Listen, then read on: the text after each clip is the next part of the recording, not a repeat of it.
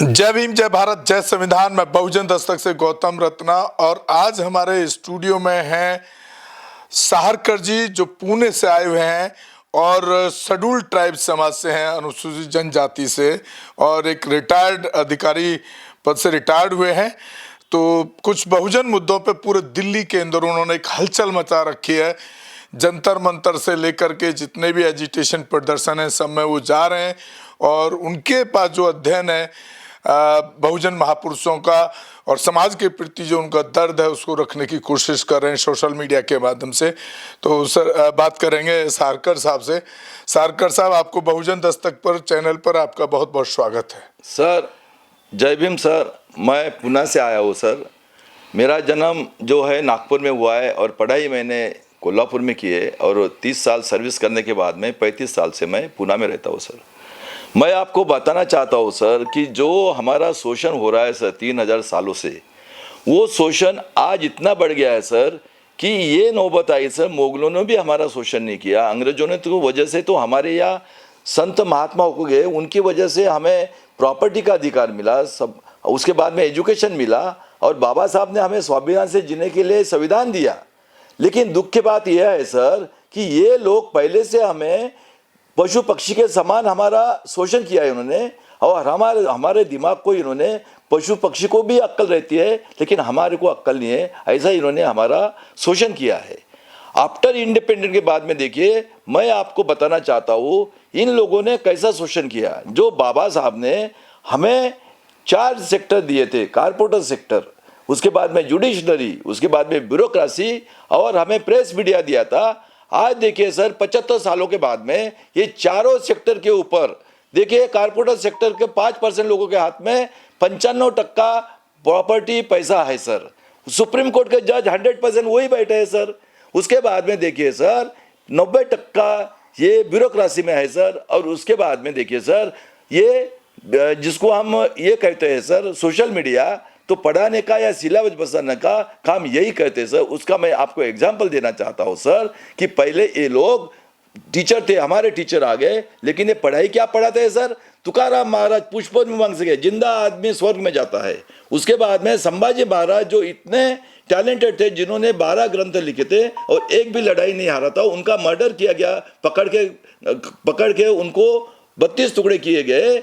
वो इतना टैलेंटेड आदमी थे। उसके बाद में देखिए सर, विद्या की देवता, ये जो स्त्रियों को पढ़ाने वाली पहली टीचर जो थी, 1 जनवरी 1848 को ज्योतिबा फुले और सावित्री फुले और फातिमा शेख ने जो स्कूल निकाला, और उसके बाद में देखिए सर, ये विद्या की देवता सरस्वती पढ़ाए थे सर। इस तरह से ये प्रचार प्रसार करके आज हमें ये गुलाम बनाना चाहते हैं, क्योंकि सभी अधिकार इनके हाथ में है। और उसके बाद में देखिए सर, ये ईवीएम मशीन जो है मनुस्मृति है सर। मैं पूछना चाहता हूं सर, वर्ल्ड के अंदर में ऐसी कोई स्त्री या पुरुष पैदा हुआ है सर जो मुंह से ब्राह्मण को पैदा करता है, छाती से क्षत्रिय को, वैश्य को, और हम पैर से? दुनिया के अंदर में काला और गोरा ऐसा भेदभाव हुआ है सर। लेकिन दुनिया के अंदर में आपको देखिए सर कि जन्म होते ही हमारी 7000 जातियां बनाई, जिसके कौवा, कुत्ता, बिल्ली, गिद्धड़ ऐसी उपमा दी जाती है सर। और उसके बाद में देखिए सर, हमें जीने के लिए 3 चीज की जरूरत होती है, अन्न, वस्त्र, निवारा। अनाज इतना पकता है सर कि ये समंदर में फेंकते। हमारा प्राइम मिनिस्टर कहता है सर कि 80 करोड़ लोग 5 किलो की वजह से जिंदा रहते हैं। तो ये 80 करोड़ जो है सर, ये गांव में घूमने वाले पशु पक्षी है। हम पालतू पशु पक्षी से 75 सालों में कि हमें एक घर मिला है और 2 टाइम की रोटी मिलती है। अब देखिए सर, वर्ल्ड के अंदर में बाबा साहब ने 32 डिग्रियां ली और 4 PhD ली। उनके नॉलेज से दुनिया आगे जा रही है, पूरा वर्ल्ड। और हमें बाबा साहब ने स्वाभिमान से जीने के लिए एक पद का अधिकार दिया है, वो शिक्षा, नौकरी और हेल्थ के लिए दिया है। उस अधिकार को इन्होंने ईवीएम मशीन में पैक करके हमें कहते हैं कि हम बोलते हैं वही सुनना पड़ेगा। लेकिन मैं सभी बैकवर्ड क्लास के लोगों को बताना चाहता हूं कि देखिए, ये आजादी, तीसरी आजादी की लड़ाई है कि ये अभी आपको गुलाम करने वाले हैं। उसके लिए उन्होंने 4 फांसी के फंदे हमारे गले में डाले हुए। मैं एक एक बताना चाहता हूं। देखिए, कोरोना पीरियड में इन्होंने जमीन का काला कायदा लाया। हमारे खेती वाले लोग 14 महीने रास्ते पे रहे और बेचारे 800 लोगों ने अपने प्राणों की आहुति दी। और फिर बिल वापस लेकर गया। देखिए सर, विदर्भ का 40 रुपए किलो का संतरा और 30 रुपए किलो एप्पल हम 200 रुपये खाते हैं सर। अगर ये बिल पास हो गया सर तो 200 रुपये किलो गेहूँ और 300 रुपये चावल हो जाएगा, तो 80 करोड़ लोग तो ऐसे ही मर जाएंगे। उसमें से हम मिडिल क्लास में आए, ये भी हम कुछ नहीं रहेगा। उसके बाद में देखिए सर, 90% लोगों का पैसा नेशनल बैंक में, कोई 10,000 करोड़ 20,000 करोड़ लेके भाग रहे। ना हमारे देश में न्याय व्यवस्था है, ना कोई गवर्नमेंट है, और हमें बोलते हैं आपको बैंक डूबने से 5 लाख मिलेगा। उसके बाद में एजुकेशन पॉलिसी देखिए सर, 12वीं तक कोई एग्जाम नहीं होगा और आपको वोकेशनल पढ़ा जाएगा। वोकेशनल का मतलब होता है नाई का धंधा, उसके बाद में खेती का धंधा। ये तो पेट भरने के लिए हो गया सर। अगर उसके बाद में आप भी ट्यूशन में लगा के साइंस में पढ़ाओगे बच्चों को, तो किधर नौकरी बचे सर, ना प्राइवेट में। उसके बाद में देखिए सर, ये CC/NRC में हमारी प्रॉपर्टी की गिनती करने वाला है सर, और बाद में बोलने वाले हैं 4 घर है, 1 घर रखो और आपको हम 3 घर देश के लिए दे दो। इस तरह से ये हमें पूरा का पूरा हमारे अगले जनरेशन को खत्म करने का और मजबूर करने का इन्होंने प्लानिंग बनाया है सर।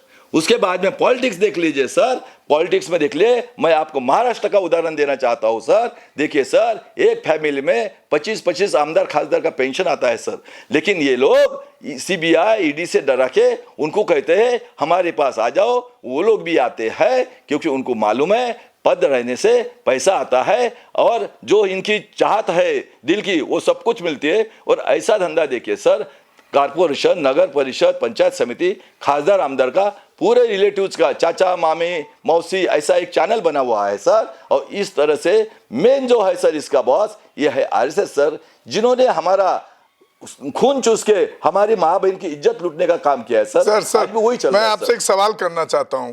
आपने भी सरस्वती वर्सेज सावित्रीबाई फुले का जिक्र छेड़ा। आपको मालूम है राजस्थान के एक टीचर इसी मुद्दे पर, क्योंकि उन्होंने कहा कि हमारे शिक्षा की जो देवी है खासतौर से लड़कियों के लिए, वो सावित्रीबाई फुले हैं। और वहां पर जो ब्राह्मणवादी मनुवादी मानसिकता के लोग थे, उनका कहना था कि नहीं सरस्वती है, और उन्होंने कहा कि मैं सरस्वती की पूजा यहाँ नहीं होने दूंगी, यहाँ सिर्फ सावित्रीबाई फुले को हम सम्मान देंगे। तो इस पर आपको मालूम है उनके साथ क्या क्या हुआ? एक तो उनको सस्पेंड कर दिया वहाँ के मंत्री ने, और बताया गया है कि वो मंत्री भी अपने पिछड़े समाज से आते हैं। ठीक है। दूसरा, जब इतने से भी उनको तसल्ली नहीं हुई, तो जब उन लोगों ने फाइट किया कि उनकी नौकरी वापस दो, तो उस महिला टीचर के माँ को पीटा गया है, उसके भाई को पीटा गया है, पूरे गांव पर लाठियां बजाई गई हैं। आप इससे कैसे लड़ेंगे? मैं बताना चाहता हूं सर कि 52 में जब पहला इलेक्शन हुआ है, उस टाइम में जो आमदार हुए SC ST OBC के लोग, ये पढ़े लिखे नहीं थे सर। इन्होंने कसम खाई है सर 25 में हम हिंदू राष्ट्र बनाने वाले हैं। इनके PA जो है सर, ये संगी लोकी हो गए सर। आप बताइए सर, मिनिस्टर का PA वही होता है आमदार खासदार का, तो देश चलाने के लिए पढ़े लिखे लोग चाहिए, तो यही चला रहे सर। आज 75 साल हो गया। नहीं, तो कैसे लड़ेंगे उससे? उनको पूरे परिवार को प्रताड़ित किया जा रहा है सर। मैं वो पूछ रहा हूँ आपसे। हाँ, अभी मैं सभी को, मैं SC ST OBC के लोग कहना चाहता हूँ, जो भी आपका भाई भी हो, वो अगर RSS के साथ जुड़ा हुआ है, वो हमारा दुश्मन है। इसीलिए सभी बैकवर्ड कास्ट के लोग इकट्ठा हो जाओ। हमारी अगली कौम ये गुलाम होने वाली है। बाबा साहब ने बोला है कि अन्याय करने वाले से अन्याय सहन करने वाला ज्यादा पापी होता है। बाबा साहब ने बोला है 100 दिन जीने से, भेड़ के समान जीने से 1 दिन शेर के समान जियो। इसीलिए मैं सभी बैकवर्ड कास्ट के लोगों को कहना चाहता हूँ, यही समय है। आप कहना तो चाह रहे हैं, कह भी रहे हैं, लेकिन 40 साल से मैं यही सुन रहा हूँ कि इकट्ठे हो जाओ, लेकिन आज तक नहीं हुए। तो आपको क्या लगता है अब होंगे? और नहीं होंगे तो आप क्या कर लेंगे उनका? आज जरूर आप EVM के विरोध में रास्ते पे उलझ जाओ, रास्ते पे आ जाओ। यही हमारी मनुस्मृति है, और इसी से लोग EVM से चुन के आ रहे हैं। अभी मैं आपको बताना चाहता हूँ, देखिए, हमें खेती वाले लोगों को खलिस्तानी कहा जाता है, उसके बाद में आदिवासी लोगों को नक्सलाइट कहा जाता है, और मुस्लिम लोगों को टेररिस्ट कहा जाता है। जब हमारी बेटी के कपड़े उतारे जाते हैं मणिपुर में, तब किसी के मुंह से कुछ नहीं लिखता, क्योंकि 250 क्रिमिनल वहां बैठे हैं। और उसके बाद में देखिए भाई साहब, मैं अभी आपके माध्यम से मैं प्रेसिडेंट ऑफ इंडिया और चीफ जस्टिस ऑफ इंडिया को भी रिक्वेस्ट करना चाहता हूं कि सर, आप ये EVM को हटा दीजिए, वरना मैं सबसे पहले मुझे फांसी दे दीजिए। और मैं सभी को बताना चाहता हूं कि इसके ईवीएम नहीं हटने से सब लोग आना है, हम अपने प्राणों की आहुति देंगे, क्योंकि हमें आजादी के लिए एससी एसटी ओबीसी के लोगों ने अपने प्राणों की आहुति दी। इन लोगों ने सिर्फ हमारा शोषण करके। सर मेरा सवाल है कि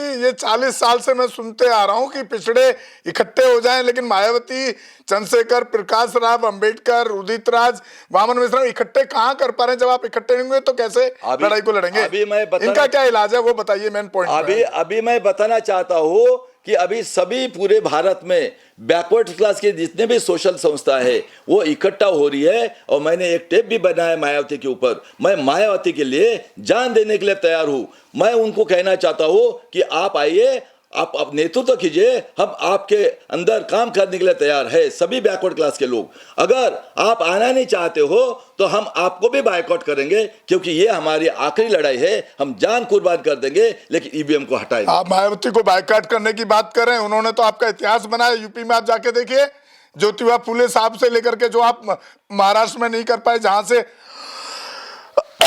जिस महाराष्ट्र की भूमि से आप आते हैं वहां आप इतिहास नहीं बना पाए, सत्ता नहीं बना पाए। मायावती ने तो यूपी के अंदर सत्ता बनाई, और जितने भी बहुजन महापुरुष हैं उनके नाम के पार्क और स्टैचू, उनके नाम से स्कूल कॉलेज बनाए। आप उनको बायकॉट करने की बात कर रहे हैं? देखिए सर, 2006 में उन्होंने बनाया सर, मैं एग्री करता हूं सर, लेकिन देखिए कांशीराम जी के ऑफिस से मैं रिटायर हुआ हूं, और मैं आपको बताना चाहता हूं कि कांशीराम जी दिन रात वो सोशल रिवॉल्यूशन का काम कर रहे थे। आज हम देख रहे हैं ये लोग सिर्फ जब इलेक्शन आता है तब इनकी आवाज आती है। अब बाकी समय में इनके चमचे लोग सिर्फ घूमते रहते हैं, हुक्मरान बनना है, हुक्मरान बनना है। मुझे बताइए सर, सिर्फ बोलने से हुक्मरान होगा सर? घर घर जाके काम नहीं करते हैं, हाँ, तैयार नहीं करते हैं। हाँ, वही मेन बात है सर। ये बाहर निकल सिर्फ इलेक्शन के टाइम में निकलते हैं सर। अगर आपको हुक्मरान बनना है, आपका 12-13% वोट बचा हुआ है, तो आपको जब हुक्मरान बनना है तो आपको नेतृत्व करके जितने भी बैकवर्ड क्लास की पार्टियां है या सोशल मूवमेंट है उनको साथ में लेके आगे बढ़ो। मैं मायावती जी का प्रचार करने के लिए पूरे भारत में घूमूंगा अपने पैसे से, और मायावती जी को प्राइम मिनिस्टर बनाऊंगा। मैं अभी यही कहना चाहता हूं, लेकिन आपने ये चांस छोड़ दिया तो हम मायावती जी का भी बायकॉट करेंगे। साथियों, आप सुन रहे थे साहरकर साहब को, और वो लगभग 8-10 दिन से लगातार बहुजनों की आवाज उठा रहे हैं, और जो उन्होंने अध्ययन किया है समाज के ऊपर और जो उनके अंदर पीड़ा है वो आपने सुना। और हम उम्मीद करते हैं कि आप उनके जो रास्ता वो बता रहे हैं काफ़ी हद तक ठीक रास्ता है, और आप उस पर चलने का काम करेंगे।